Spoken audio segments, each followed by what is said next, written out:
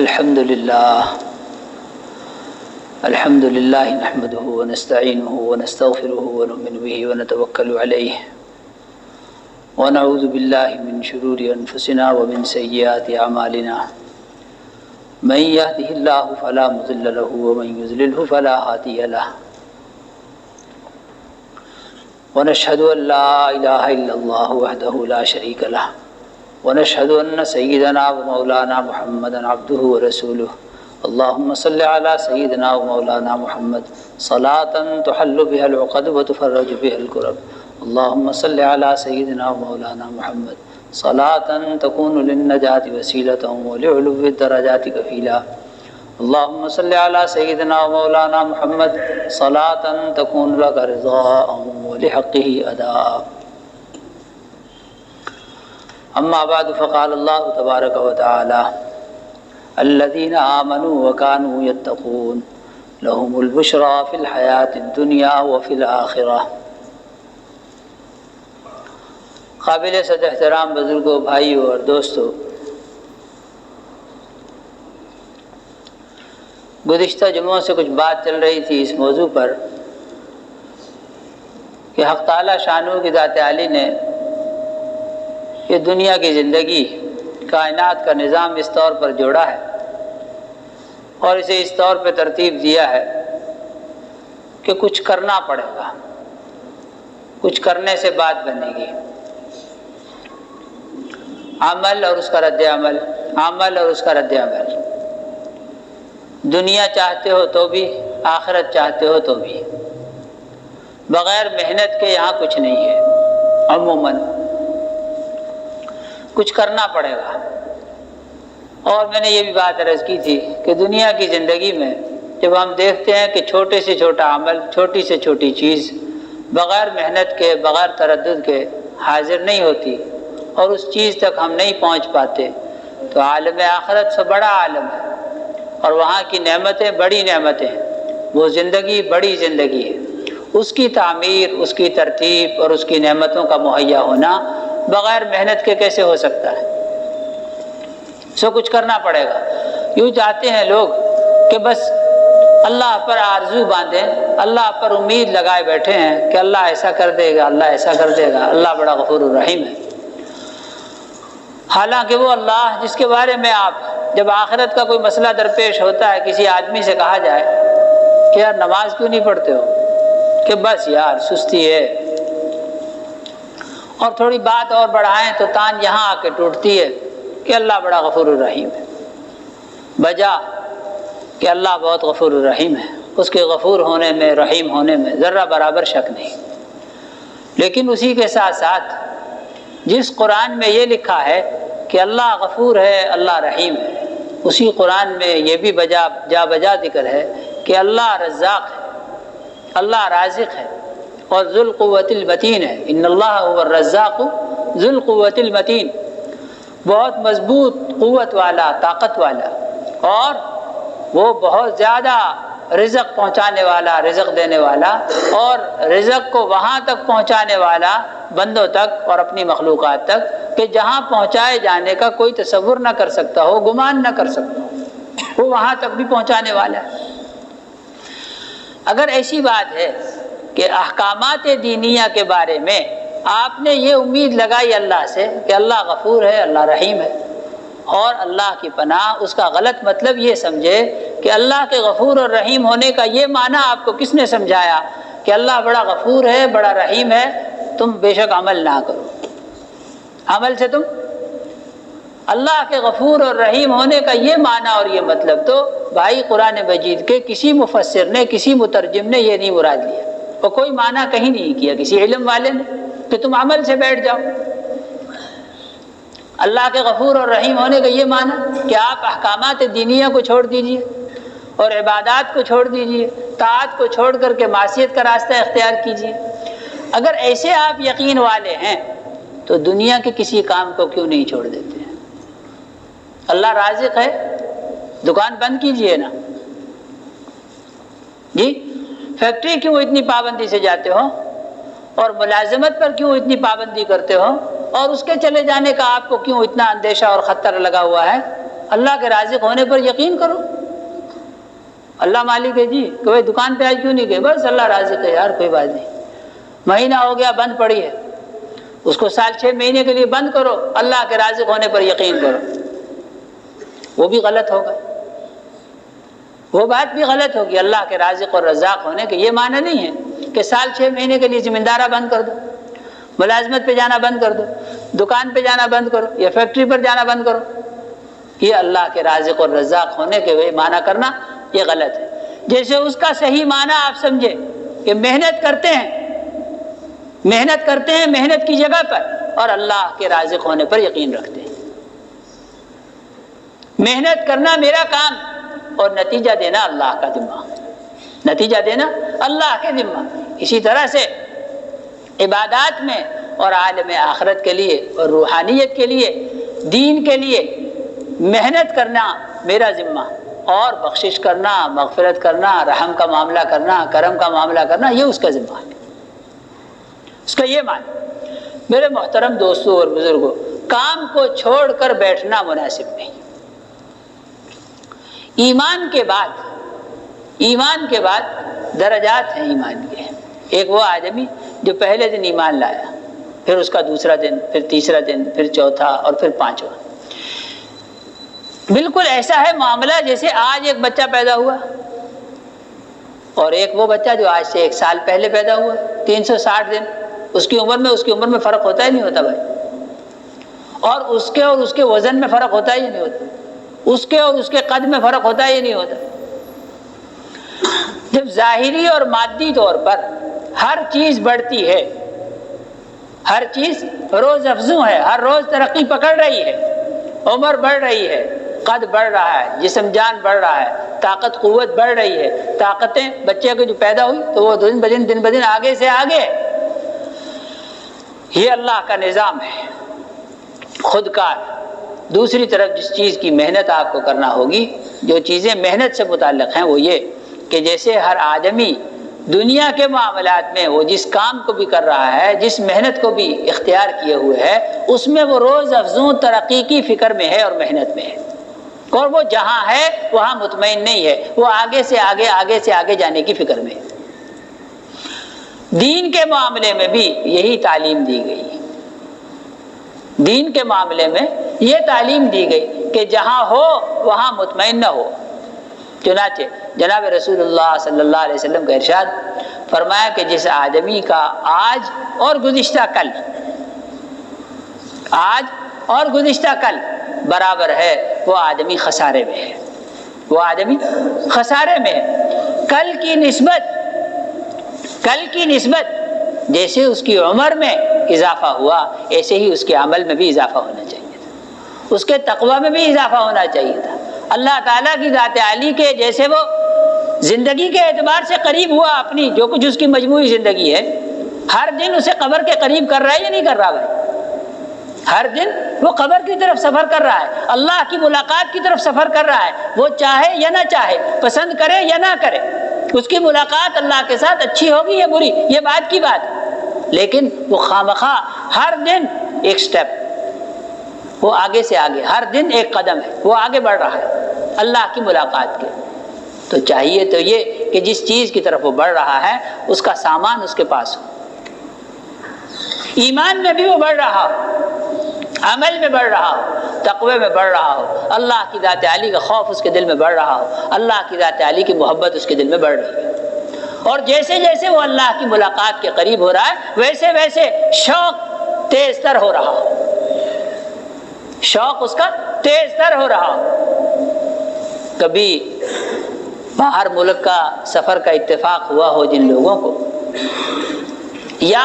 مہمان تو آتے ہی ہیں گھروں میں،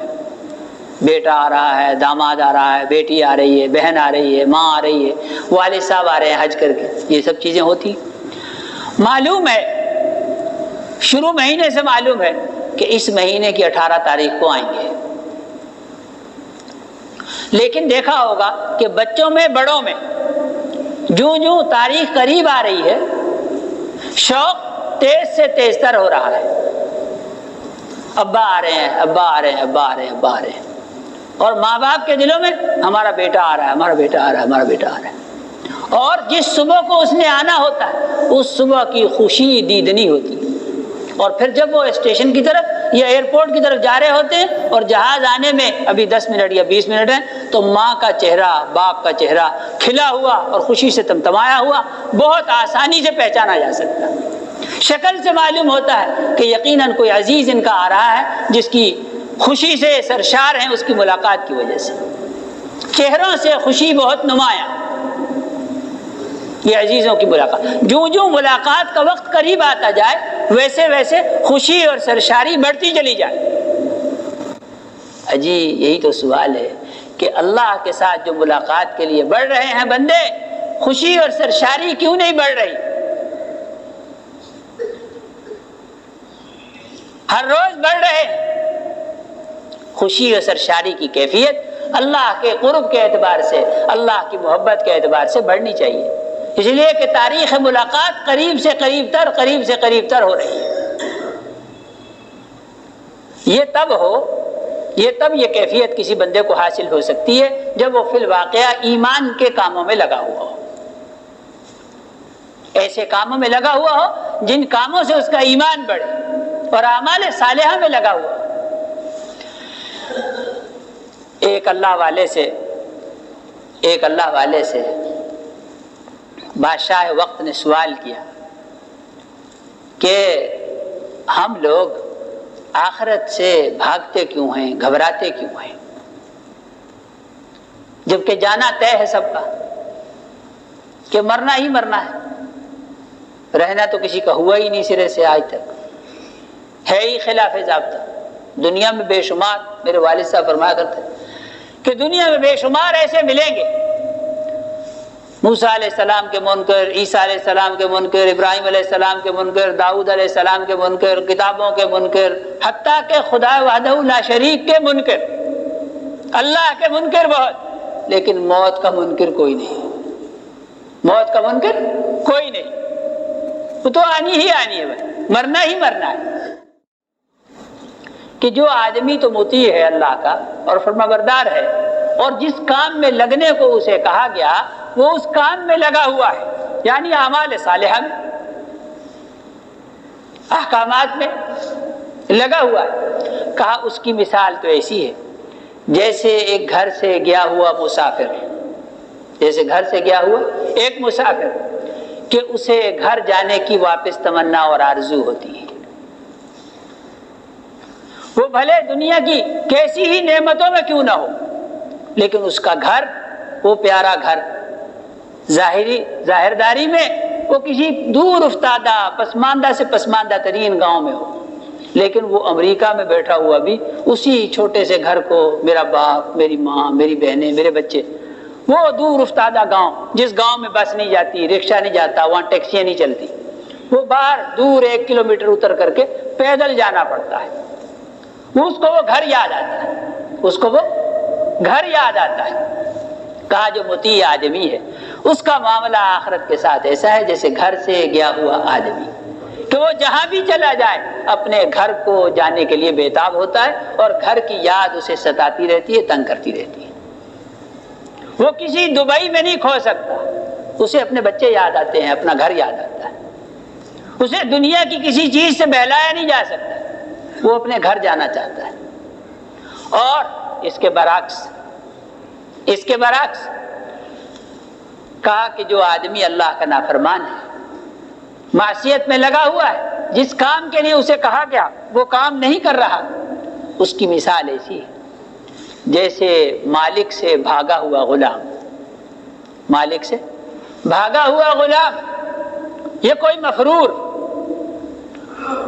چوری کر کے بھاگا ہوا، اور اسے ہر دم خطرہ ہے کہ کہیں میں آج پکڑا جاؤں، کہ شام پکڑا جاؤں، کہ کل پکڑا جاؤں،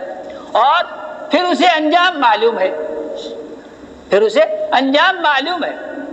کہ جب پکڑا جاؤں گا اور وہ مجھے لے جانا چاہیں گے تو میرا جو حشر کریں گے وہ معلوم ہے۔ کہ وہ اس بات سے گھبراتا ہے اپنی جگہ پر جانے سے، کہ اسے معلوم ہے کہ میں مالک کا بھاگا ہوا ہوں اور نافرمان ہوں اور ملزم ہوں، مجرم ہوں، مجھے سزا ملے گی۔ کہا جب آدمی ایمان کی اور عمل کی محنت میں لگتا ہے تو آخرت میں جانے کا شوق ہوتا ہے، اسے بےتابی ہوتی ہے اللہ سے ملنے کے لیے، اللہ سے ملاقات کے لیے ایک بےتابی ہوتی ہے کہ میں جاؤں اپنے گھر۔ ہاں، دنیا ہمارا گھر نہیں ہے، جناب رسول اللہ صلی اللہ علیہ وسلم نے یہی تعارف کروایا کہ دنیا ہمارا گھر نہیں ہے، ہمارا گھر وہی جہاں سے ہم چلے تھے، ہمارے باپ جہاں سے آئے تھے، ہم وہی جنت سے مہاجر ہوئے ہیں، اور یہ ہجرت وقتی ہے، دائمی نہیں ہے۔ کچھ عرصے کے لیے ہم مہاجر ہو گئے،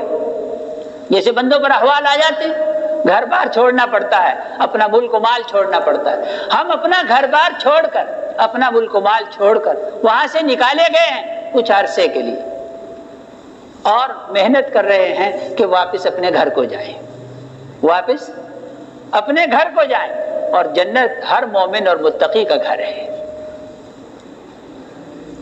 جنت ہر مومن اور متقی کا گھر ہے۔ اور جو آدمی ایمان اور عمل کی محنت میں نہیں لگا ہوا، وہ اللہ کا نافرمان ہے، تو اس کی مثال وہی بھاگے ہوئے آدمی کی۔ اسے معلوم ہے کہ میں پکڑا جاؤں گا، جب وہ پکڑ تو لیں گے آخر میں، انہیں وقت مقرر دیا گیا ہے پکڑنے والوں کو کہ اسے فلاں وقت میں پکڑ لیا جائے، بعید طور کہ اس کے بعد اس کی کوئی ضمانت نہیں اور کوئی سفارش نہیں، اور چھوڑنے کے لیے کوئی اس کی مہلت نہیں کہ 1 گھنٹے کے لیے، 1 دن کے لیے، 1 ہفتے کے لیے، کچھ نہیں۔ جب پکڑنے کا وقت مقرر آ جائے گا تو وہ اسے پکڑ لیں گے، اور پکڑنے کے بعد اس کا جو معاملہ کریں گے سو کریں گے۔ کہا گھبراہٹ در حقیقت اس کی ہے، گھبراہٹ میں ڈالنے والی چیز وہ ہے، اسے اپنا انجام معلوم ہے، اسے اپنا انجام نظر آ رہا ہے کہ میرے ساتھ ہونے والا کیا ہے۔ میرے محترم دوستوں اور بزرگوں، ایمان کے بعد درجات میں نے عرض کی بات ہے، اور جیسے جیسے آدمی کی عمر بڑھتی جائے ویسے ویسے اس کا عمل بھی بڑھنا چاہیے، اس کا ایمان بھی بڑھنا چاہیے، اور اس کو تقویٰ کے درجات بھی حاصل ہونے چاہیے، لیکن یہ تب جب کہ وہ لگا ہوا ہو، جب کہ وہ کام میں لگا ہوا ہو۔ کام میں لگنے کے لیے، کام میں لگنا کچھ بہت بڑی بات اور بہت زیادہ لمبی چوڑی محنت نہیں ہے میرے دوستو، یقین مانیے۔ لوگوں کو جب کام کی بات کہتے ہیں نا تو وہ پتہ نہیں خدا جانے اسے کوئی جبل احد سمجھتے ہیں یا کوئی کوہ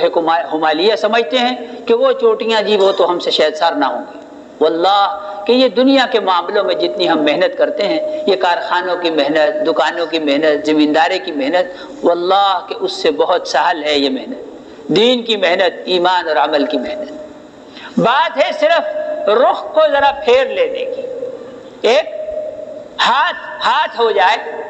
سلیقہ آ جائے۔ یہی دکانداری دین ہے، یہی تجارت دین ہے، یہی زراعت دین ہے، یہی بیوی بچے دین ہے، بہن بھائی، رشتہ داری، برادری، شادی، بیاہ، غم، یہ سب شرکتیں، سب مشارکتیں، یہاں بیٹھنا، وہاں جانا آنا، سب یہی رہے، سب یہی ہوگا۔ بات ہے صرف ایک سلیقے کی، سمجھ کی۔ وہی سب چیزیں کافر بھی کرتے ہیں، مشرک بھی کرتے ہیں، فاسق و فاجر بھی کرتے ہیں، اور وہی سارے کام، یقین مانیے کہ وہی سارے کام ایک مومن اور متقی کو بھی کرنے ہیں، وہ ایک مومن اور متقی کو بھی کرنے ہیں۔ مومن اور متقی کو یہ حکم نہیں دیا گیا کہ تم یہ ساری دنیا اور دنیا کے کاروبار چھوڑ کر غار کی زندگی اختیار کرو، ایسا نہیں، غار کی زندگی نہیں، یہی انہی گلیوں میں، انہی شہروں میں، انہی بستیوں میں، اسی برادری میں، اسی کنبے و خاندان میں یہی مشغولیت، یہی مصروفیت۔ بات ہے صرف سمجھ کی اور سلیقے کی، یہی کام، نیتوں کا بدلنا اور تھوڑا سا طریقے عمل کو بدلنا۔ یہ شادی بھی ہوگی، بیاہ بھی ہوگا، بچے بھی ہوں گے، دکانداری بھی چلے گی، زراعت بھی چلے گی، سب کام کرنے ہیں، اللہ نے یہ پیدا کیا ہے، اللہ نے یہ سارا نظام بنایا ہے۔ وہ سلیقہ تھوڑا سا سیکھ لینے کی اور سمجھ لینے کی بات ہے۔ اس میں میرے دوستو اپنا اپنا ذوق ہے لوگوں کا کام کی ترتیب عرض کرنے کا۔ اللہ نے امت میں بے شمار بزرگان دین، انہوں نے اپنی ترتیب عرض کی کہ اس ترتیب سے یوں شروع کر لیا جائے، جیسے حکماء کے نسخے ہوں، سب ہمدردی پر مشتمل ہے، سب خیر خواہ ہے، اور سارے بھلائی چاہتے ہیں، لیکن اپنی اپنی حکمت سے اپنی اپنی ترتیب بتاتے ہیں، اور اس ترتیب سے بھی لوگوں کو نفع ہوا، اس سے بھی بے شمار لوگوں کو نفع ہوا، اس سے بھی بے شمار لوگوں کو نفع ہوا۔ جس کو بھی اللہ کام کے لیے مقرر کر دیتے ہیں اور جس پر بھی حکمت کا کام ڈال دیتے ہیں، اللہ اس سے کام لیتے ہیں اور اس سے خلق خدا کو نفع ہوتا ہے۔ میرے محترم دوستوں اور بزرگوں، ایک بات اس بارے میں اگر پلے باندھ لی جائے کہ ہماری نماز کام آ جائے، تلاوت کام آ جائے، ہم جتنا سا ذکر کر پائیں وہ کام آ جائے، پڑوسیوں کے ساتھ جتنی سی ہمدردی اور خیرخواہی کر لیں وہ کام آ جائے، میرے دوستو اس کے ساتھ یہ کہ جتنی سی بھی ہمیں اللہ نیکی کی توفیق دے، اس کی حفاظت کی محافظت کی صورت ہونی چاہیے۔ اس کی حفاظت کی محافظت کی صورت اگر ہو تو دیکھیے تھوڑا تھوڑا تھوڑا تھوڑا ہوتے ہوتے ہوتے ہوتے وہ کیا کہا کرے کہ قطرہ قطرہ دریا میں شوت، قطرہ قطرہ دریا میں شوت، کہ تھوڑا تھوڑا تھوڑا تھوڑا ہوتے ہوتے بھی بہت ہو جائے گا، بہت ہو جائے گا۔ یقین مانی، میرے والد صاحب ایک مثال دیا کرتے ہیں، یہاں مسجد میں بہت دفعہ فرمائی کہ بعض اوقات گھروں میں ٹونٹیاں لیک ہو جاتی، تھوڑی لوز ہو گئی اس کی واشنگ، اب اس میں سے قطرہ قطرہ پانی آ رہا ہے، تو جو لوگ اللہ کا خوف رکھتے ہیں کہ یار یہ پانی ضائع ہوگا ناحق، اس کے نیچے بالٹی دے دی کہ صبح کو، گرمیوں میں کچھ نہیں ہوتا، یہ پانی کام میں آ جائے گا، یہ پانی کسی کام آ جائے گا، فرش دھونے میں، کپڑے دھونے میں، استنجے میں، نہانے میں کام آ سکتا ہے، پاک تو ہے نا۔ اب صبح کو جو آئیں تو بالٹی لبالب بھری ہوئی اور بھر بھر کے بھی گر رہا ہے، کوئی جو قطرہ قطرہ رات ساری گرتا رہا نا تو بالٹی بھر گئی، کوئی تصور کر سکتا ہے؟ اس وقت رات کو دیکھنے میں وہ قطرہ تھا، لیکن اب جو صبح دیکھیں تو کتنا۔ یہی معاملہ دین کا ہے میرے دوست، جمع کریں تو تھوڑا تھوڑا تھوڑا تھوڑا بہت کچھ جمع ہو جائے، اور خدا نخواستہ ایسے ہی ضائع ہونا لگ جائے، اگر ضائع ہونے لگ جائے تو تھوڑا تھوڑا تھوڑا تھوڑا ہوتے ہوتے خزائن چلے جائیں، خزائن چلے جائیں گے۔ جتنا سا کر پائیں اس کی حفاظت، اس کی محافظت، وہ یہ ہے کہ میرے دوستو کسی کو گالی نہ دی جائے، کسی کو گالی نہ دی جائے، کسی کی غیبت نہ کی جائے، کسی پر بہتان نہ باندھا جائے، غرضے کے معصیت، اللہ کی نافرمانی، اور خصوصیت کے ساتھ حقوق العباد کا معاملات، اس سے میرے دوستو سالوں کی نیکیاں ایک آنے واحد میں برباد ہوتی ہیں، آنے واحد میں برباد ہوتی ہیں۔ جناب رسول اللہ صلی اللہ علیہ وسلم طواف فرما رہے تھے، بیت اللہ شریف کا طواف کر رہے تھے، عبداللہ ابن عمر ساتھ تھے، تو شاگرد، بچہ، نوجوان کندھے پہ ہاتھ رکھا، فرمایا عبداللہ جانتے ہو کہ یہ گھر کتنا محترم ہے، یہ گھر کتنا محترم ہے، اور اللہ نے اس کو کتنا تقدس بخشا ہے، اور کتنی اللہ نے اس کو عظمت بخشی ہے؟ کہا یقیناً۔ فرمایا کہ تم جانتے ہو کہ اس سے زیادہ محترم بھی کوئی چیز ہے؟ تمہیں معلوم ہے کہ اس سے زیادہ محترم کوئی چیز؟ کہا اللہ و رسولہ اعلم، اللہ اور اس کا رسول ہی بہتر جانتے ہیں۔ یہ حضرات صحابہ اکرام رضوان اللہ علیہم اجمعین کا ایک انتہائی درجے کا ادب، اور ان میں چھوٹا کیا، بڑا کیا، نیا کیا، پرانا کیا، ایک ہی لگا بندہ اور پکا جواب تھا کہ اللہ اور اس کا رسول ہی بہتر جانتے ہیں۔ غائب درجہ ادب کی بات، اللہ اور اس کا رسول بہتر جانتے ہیں، اور اہل علم کی مجلس میں ایسا ہی ہونا چاہیے۔ جب کہ کسی عالم سے ملنا ہو، بیٹھنا ہو، تو اس ادب کو لحاظ رکھنا چاہیے۔ وہاں رائے زنی نہیں، وہاں اپنی باتیں نہیں، ادھر ادھر کی گفتگو اور گپ بازی نہیں، اللہ و رسولہ عالم کے اس ادب کو پیش نظر رکھنا چاہیے کہ اس موقع پر علم کی آمد کا موقع ہے، اور میں اس موقع کو ایسی ہی لافزنی کر کے، کوئی ادھر ادھر کی بات کر کے اپنے سے علم کو گنواؤں نہیں،